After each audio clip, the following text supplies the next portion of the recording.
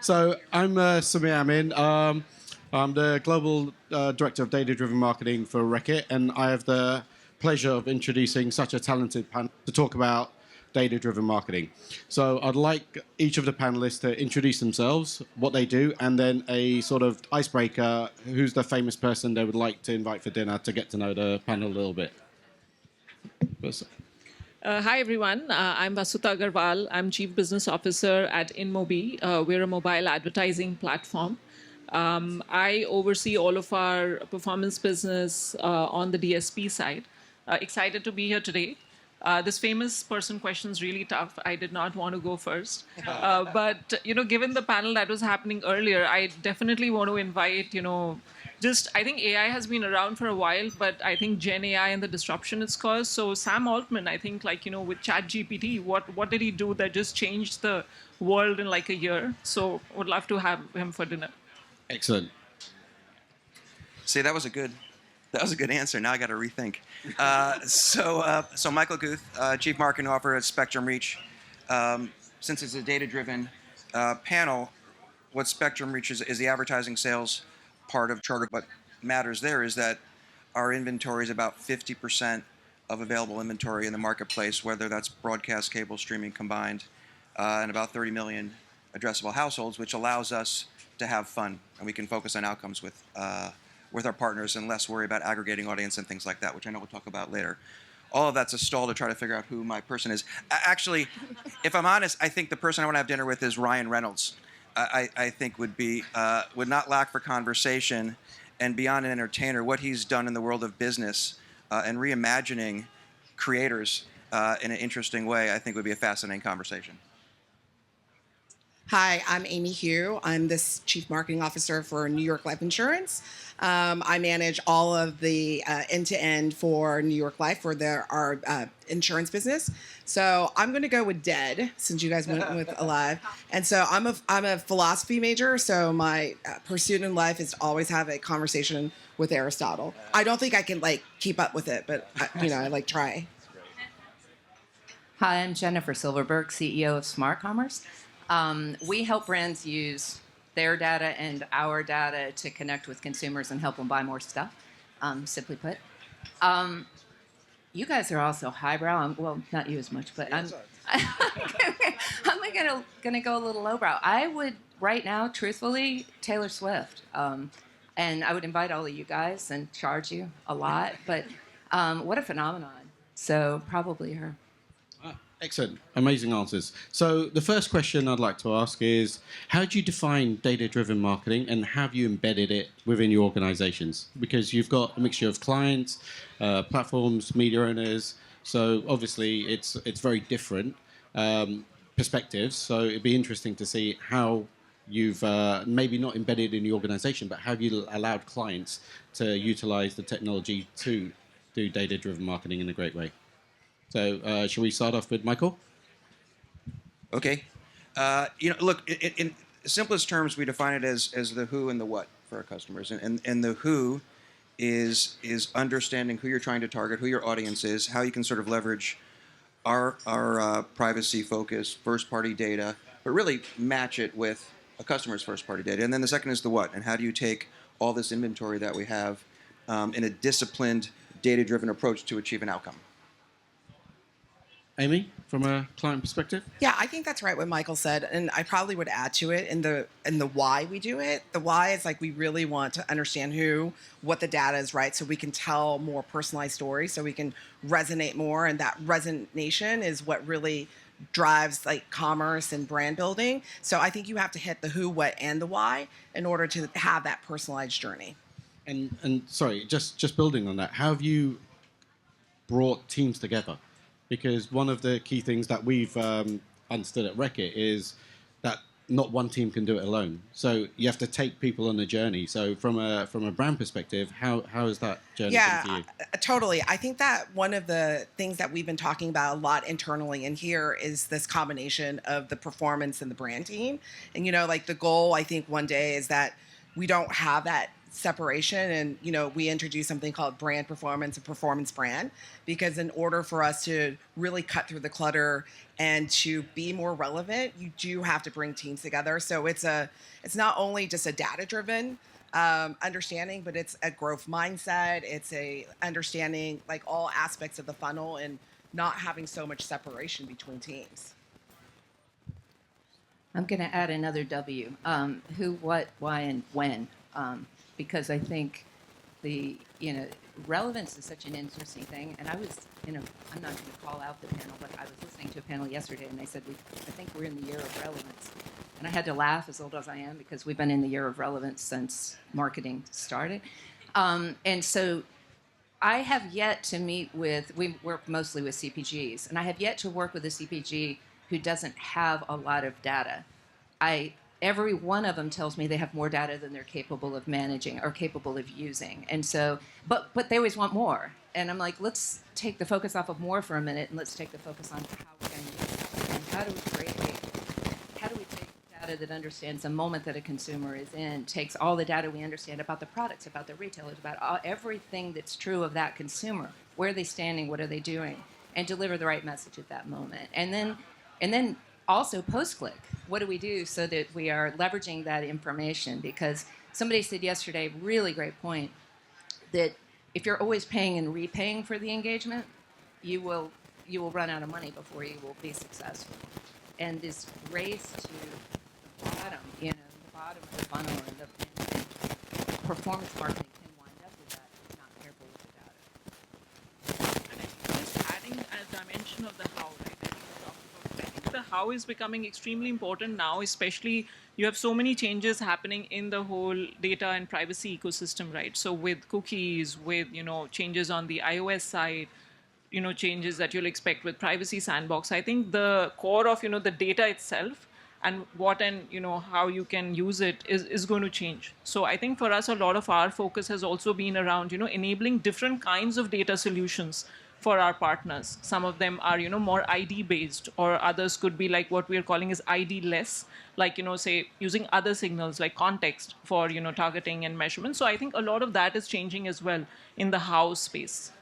Just wanted to add that. And how, on that point, how mature do you think clients are in understanding the options available? Like for us at Reckitt, we've created a framework, because you see a lot of people come in and say, look, I've got a solution for when the third-party cookie deprecates. And when you hear them, you think, okay, you've got a solution, but you're not addressing the fundamental problem that the deprecation of cookies was addressing, was personal privacy and concerns that consumers had. So we've created a framework of, is it scalable? Is it durable? Is it ethical? Is it effective? So we then basically ask our market, so when a vendor comes to you, go through this framework and you'll get a score. How are other clients doing that, or are they just listening to, yes, I can now target someone without cookie, I'm all in? I mean, that's a very, very relevant question, right? I think it's still early, and the adoption of it also varies by, different sectors, different clients' understanding, because I don't think everybody really understands, like, what does it mean for me if, this fully deprecates? Because there's also a readiness element, right? You need your first-party data to be ready. You need to be looking for alternate, solutions. It's not just having one solution, because I think everyone's in a stage of learning and exploring different solutions. So I think the readiness and understanding does vary a lot, and I would say it's even fairly early in a lot of pockets, and we do have some way to go, right, where we can say we have the solution, because I don't think there is one. I don't think anyone has a single solution to it. Just to jump in on it's a great question for us, because we have a customer set that is the largest holdcos and Sal's auto body shop, and they're all equally important. They're all equally want an outcome, right, to drive their business. And so in the most simplistic way, we almost say, don't worry about it. Focus on what you want to accomplish. Because of the nature of the traditional cable business, our first-party data has never had cookies. It's always been privacy-focused. We always use it from aggregated de-identified. So we have a good start. For more sophisticated customers, and even for those, if you have a list of data, if you have a customer data set, we ask about that. and just sort of ask how comfortable are you, because we can match it, working with partners like BlockRaf and others to sort of create that protection. But we really get people focused on alpha because we have that data set that we feel good about from the beginning, take some of the stress out. And what you've said is, for the lay person or the average marketer, it's like, whoa, over their heads. So with all this trends and all this disruption happening in the industry, with the cookie deprecation, with a focus on Gen AI, with first-party data requirements, how do you make it into a nice, simple package for marketers or leadership within your team to understand what the implications are and how you secure resources? Go ahead. Yeah, I think as a vendor, we're responsible for asking the questions that you said you ask before we get to you. We have to ask, is this ethical? Is this scalable? Is this, and a lot goes out the window then before we get to you, because we have all the ideas. Let's go do this. We have this data. Let's do this, but we have to ask that question. If we don't come to you with a scalable, repeatable, ethical, relevant solution, I think you should toss us out of the room, because that's our job as much as it's yours. Yeah, I was actually telling the why I should have thought about as well. No, because what we try to do is simplify it. Lost in the data, lost in the sauce, right? Everybody gets so, even my own marketing team, when you have more than 15 KPIs, they're not KPIs anymore, right? They're just points of data. And so what matters? What is the outcome that you want to have? Focus on that. Outcome first, why first, as you were saying, and then work your way back into the data that's required to accomplish that. I completely agree with that. And I think the question is, like, from a brand perspective, how do you secure funding from your CFOs and the likes of that? Because, right, without that funding, you can't do anything. And the why and the simplification is, like, really the core to what you need to do. I went to another event a couple months ago, and I was sitting at a round table, and this team was telling me that they were preparing all this data to go through with their CFO to talk about their incrementality studies and look at their their ROI analysis. And my response was, I wouldn't do that, because like they do finance professionally for a reason.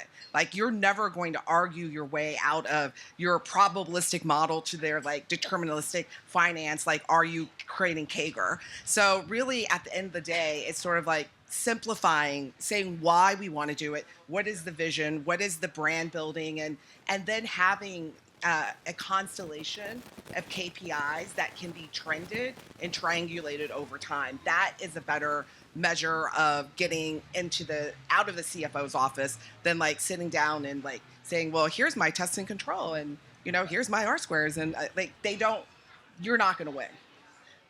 And other aspects of data-driven marketing, how do you measure the impact, and what are the success criteria that you've seen for your company or your clients that you've worked on?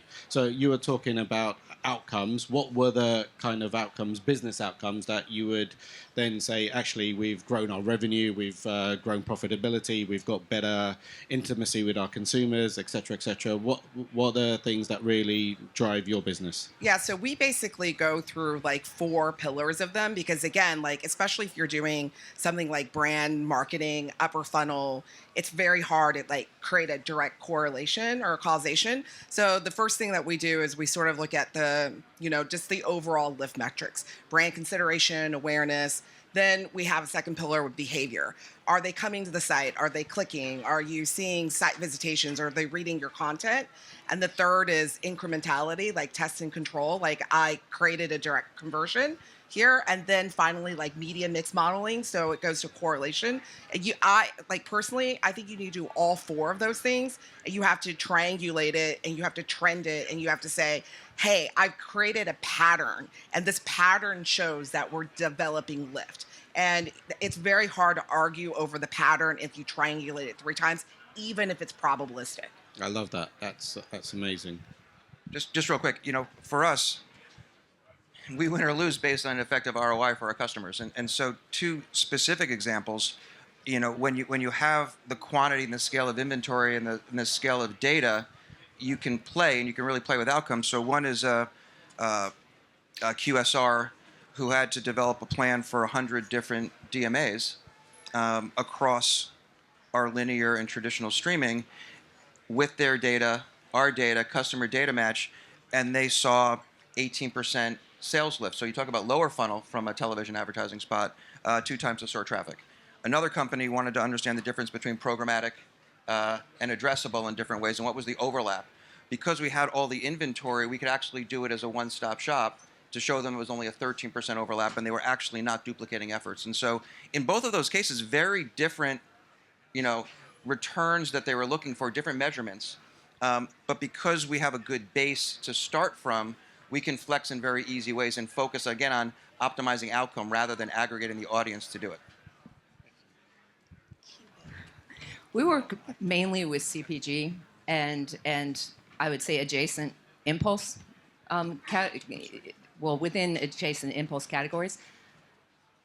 In that space, I think upper funnel is a little bit of a trap. And so your first measure drives me crazy because if I'm, let's say, marketing gum, and I believe I've built consideration for gum, I'm insane. I'm never going to consider gum. I might stick it in my carton, or I may save it and I may go get it, or I may, make a note to get it the next time. But I think it's really the closer you are to impulse, the more you need to be measuring based on action. The more it becomes behavioral. It's a behavioral measure. So it always drives me crazy. Yeah, I this is agree the high funnel that advertising for it's a vanity Doritos. metric, right? Like brand, it's always a vanity metric, and without any kind of correlation to commerce and standalone, it's a vanity metric. So I think that when I say triangulate and trended, if you show brand awareness increasing and you also show that there's sales lift in correlation and also in test and control, and they're similar, then you can start to say, well, there are constellations of patterns. And so like we assume in our hypothesis is because we're showing this lift and this is happening that they're related. And so that is, but I totally agree. CPG's funny. Yeah, it's if you just different. do one of those things, the brand metric is just worthless on its own. Well, actually, and I was going to say, now I know I'm wrong. As I said that, I'm going to correct something I just said a minute ago. Because Liquid Death, this brand, y'all, unfreaking believable. And if you talk to the chief marketing officer, he goes, it is just effing water. But when I walk around here, the awareness that they do just by the can and all of that before you wind up using it, you're right. They, I'm sure, triangulated all of that. And you're right. So sometimes in CPG, that is really valuable. Yeah. And I think to add to that, especially I would say in the last year or so, I've seen like even brands, right? I don't think it's just about upper funnel. I think everyone's monitoring, the mid funnel and the bottom funnel even. They may, be different pricing models, different measurement tools for all aspects. But I think now everyone's starting to look at the full funnel in different shapes and forms and metrics. And we're seeing that with CPG, with retail, with QSR. And then, of course, you have all your digital native or app first guys who anyways are very, very focused on the bottom funnel. And how would you, we struggle with connecting the full funnel because we have different teams and different responsibilities, marketing, upper funnel to mid, and we have the e-commerce, which are very low funnel. The technology also doesn't really talk to each other. Yeah. So the myth of having that single view of the consumer is, for us, it's near and impossible because of the technology. So we try and look at it from how can we get a consistent view of the consumer. So if we both see the same thing, we'd more be aligned in our decision making. So how have you helped, or how have you, as a client, looked at combining all the different data sets to get that consistent or complete view of the consumer? It's a great. So I'm going to shift hats more to my role as CMO for Spectrum Reach and how we think through that. And it's interesting because the question that you ask is part of the problem. There's so much data, so you can actually do that. It used to be awareness and intent, and if your reach frequency was a 60 at a 3+, you could make certain assumptions, and everybody was very happy. Now you can slice and dice the funnel completely. That's the challenge. This data creates this challenge because you can ask more questions. We focus again on what is the outcome. We need more customers. And so the final metric is, did we achieve more customers? Did we do it faster? And did they stay longer? And everything that we do, from a ticket to a sporting event, to an advertisement, to an email, to the use of custom research, all factors into sort of that common measurement of, did we actually move the business forward? And that becomes the great organizing principle. And so we get less concerned about the funnel. You intuitively know what part you're playing, but it's really all about, did we get one more customer? Did it get it quicker? Was it better? Did they stay longer? And what can we learn from it? Excellent. Do you have that problem? I mean, you have a lot of first-party data, right? And Yes. so therefore, Yeah. you're in a totally different ballpark than Yeah, I am. I mean, I think that it is difficult to connect the funnel and try to drive kind of those hypotheses. I actually like Michael's overlap analysis. We use that a lot because the overlap analysis can sort of show, conversion when you see with search, because it's always going to be search that takes all the conversion credit. But if you see that there's an impression, or especially if you do like something like connected TV or addressable TV that allows you to see, then you can say, well, that conversion without that is lower than conversion with some upper funnel. So the overlap analysis is really great. Now, it gives you directional information. It doesn't tell you exactly like how to optimize it, but then that's where you have to gain additional testing. And it just gets you down another rabbit hole of more data, and then you could do more testing, and then over time you'll have a triangulation. Then you could just say, I think this works. Cool. So look, we're in sunny Cannes, and I'm sure that a lot of your colleagues back at home are very jealous or envious that you're here. So I know it's only day 2, but what's the one takeout that you've enjoyed about Cannes, and then you're going to bring back to your businesses when you go back to say, actually, it was worth going to Cannes because off the back of Cannes, we're doing this differently, or we're going to think about this very differently? I think we have so few opportunities to interact the way that we interact here, because it's this interesting, casual yet professional interaction. And so for me, it's really understanding the really cool, amazing crap that other companies are doing and how we can intersect with that. And I've learned more here than we think, what do we go? Shop Talk and grocery shop and all these places that we all go to. This one's just different. And so being able to take the relationships and the opportunities back and create new opportunities, I think is the biggest one for me. I think I'm just grateful that I'm not the only one, because it's the same like problems and the same questions that everyone's struggling with.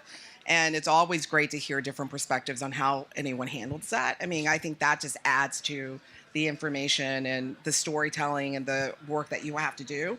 And it's a great relief that, I'm troubled by that too. For me, what's been really cool is everyone's exhausted with sort of the fragmentation and with the chaos. And there's this year for the first time, this is my 3rd time, but there's more of a desire to collaborate. There's more a desire to partner. There's a recognition that none of us has 100% of the solution. And there's less protecting the 80% that we do, and more desire to close that gap of the 20% by, radical partnership, radical collaboration. Let's really work together to simplify this for everybody. And more than any other year, I think there's a desire to just make that happen. I think it's hard to top all 3 of that. So I'll say like a +1 to all. But I think, the amount of changes and disruption, like Michael also said, right, is so much. And I think this is a great place to just maybe just take stock and capture some of that as you speak to different people. And then it allows you to sort of go back and say, okay, these are the things that, we need to stay on top of, or, keep an eye out for, or, stay close to. So I think that's more important than ever, given how much disruption and change the industry is seeing. And on that note, I think we might be running out of time, but what's your outlook for the industry, and what are the key opportunities that you think we have in data-driven marketing? I think there's a lot of opportunities because, you also, like I said earlier, have a lot of the regulations changing, right? So the things we knew a year back or know now may not stay constant a year down the line. So I think the opportunities exist, of course, in places like, looking at some of the alternate solutions to what we know today, right? So we know that, if cookie deprecation is happening, or, GPID will go away, or, first-party data is important. I think investing in some of those things for the medium to long term is very important, both from a platform lens and a brand lens. Because without that, like Gen AI changed things in 12 months. We don't know what's going to change in So the we next. went 12. 30 minutes without talking about Gen AI. So I That's think great. this is a record, Yeah. basically. Just real quick, from an Outlook standpoint, pretty much what I said. I think more and more of coming together, more and more partnership, more and more, dare I say, bundling of ideas and thoughts, understanding and respecting each other's data sets in a privacy-focused way. But it's going to be about working together. I think more and more, it's less what's different, it's more what's more similar. My outlook is I think that the marketing role is changing and that there's new skills to be built. And I think that in 5 more years with more data and just more opportunity and fragmentation, that every marketer is going to be more performance focused than they ever have been before. And then the performance focused marketers are going to have to tell stories better because now they can. Excellent. I love that answer. Every CPG that I've spoken with recently or here is in the process, including you said, in the process of making changes to their marketing department to better reach the consumer, whether there's a lot of people who say, we want to break the silos. We've been trying to break silos for a long time. But I think there's an openness, and it's kind of what you were talking about. There's an openness to break things right now and rebuild them. And I think that's what's about to happen. I think it's going to be a change. There was somebody talking. I think one of the panels later here is about the future of advertising, and the future of advertising is going to look very different. It's going to be a lot less spam and a lot more collaboration with the consumer, and that's going to require massive changes in the marketing team and on the marketing side. So I think that's coming. And just on that note, do you think there's enough talent Yeah. in the industry? Do I think there's enough talent? I think some Wow. of from a client perspective, we sometimes see our partners issues recruiting for your internal teams. And where do you normally pick your talent? We do have problems recruiting for the right set of people, and I actually am sort of gone to this place where you may not have great marketing experience, but if you can again have critical thinking, you can ask the right questions. You're curious, you're hardworking, you're smart, you're not a jerk. Like I'll take you. I mean, I'll take you. I'll take anybody. Excellent. Cool. Michael, any bills? No, curiosity and understand your own personal story. I don't really care what your experience is. If you can articulate who you are and what your brand is, and you ask lots of questions, we can teach and train anybody. So I really agree with what I'm saying. Excellent. I think that's it, right? That's half an hour. Holding up to. Keep going. We got 2 more minutes. Sorry. Questions? Oh, any questions from the audience? Sorry. Okay. Thank you.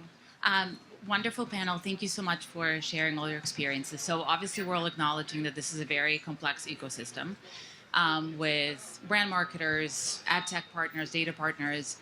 What is your ask of your digital publisher partners when they come into the room to talk about data?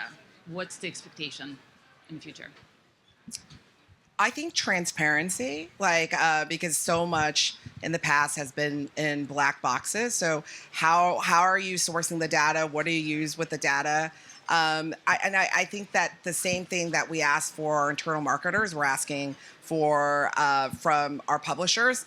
Really, for me, if you just sell your product, that works. But it's great if you understand what I'm trying to solve, what my problem is, and ask questions to really understand that root cause. So that's really, I think, the great partnership forms when you do that. Yeah. Just real quick, one of the cool things, cool and a crazy insane, is that there's this fear of finding out that's actually a phrase these days, that people, there's so much data and yet there's such a lack of transparency that marketers are making this hedge to hope that it works because there's an absence of that. And I think that's a great answer for digital publishers to really make sure that everyone understands what's happening and why. Yeah, just get in the boat with us. And, as another part, because I'm a vendor too, as a partner, the more we all get in the boat together and say, here are the outcomes, ask the right questions, here are the outcomes, here's what I have and what I can add to the equation, and I'm going to trust you to add your part to the equation. I'm not sure I added anything there. But. I mean, No, I think sorry, just go on. one part to it maybe is, I think, especially from a publisher lens, because we also work with publishers from our SDK integration lens, I think is clean data signals, because, that's what goes into data-driven marketing, and also now consented user data, if you're using, so opt-in user flows and so on, I think are extremely important as we move forward. And I think publishers can drive that by getting clean and transparent and opted-in data signals. Yeah, and from an advertiser point of view, it's like we have our standards, we have a responsible media strategy, and we expect our partners to adhere to that. I mean, we work with a lot of companies, like one of the companies we work with called Compliant. They actually look at the whole supply chain and looking at infringes. So there was a stat that said 86% of publishers drop cookies before consent. 86%. So as an advertiser, That's not good.